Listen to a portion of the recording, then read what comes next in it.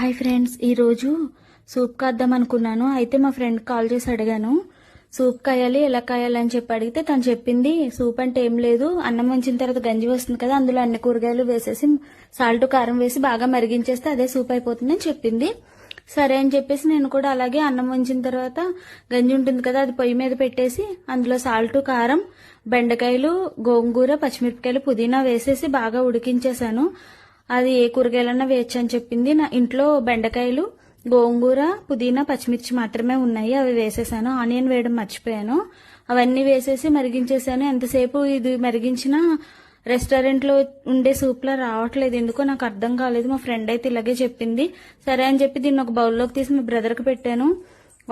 వాడు దాన్ని చూసి నన్ను ఇష్టం వచ్చినట్టు తిట్టేశాడు. బర్రెలకు పెట్టే కుడితిలా ఉంది, ఇది సూపా అని చెప్పేసి నన్ను ఇష్టం వచ్చినట్టు తిట్టేసి వెళ్ళిపోయాడు. ఇందులో నా తప్పేమైనా ఉందో చెప్పండి. మా ఫ్రెండ్ చెప్పినట్టే సేమ్ చేశాను.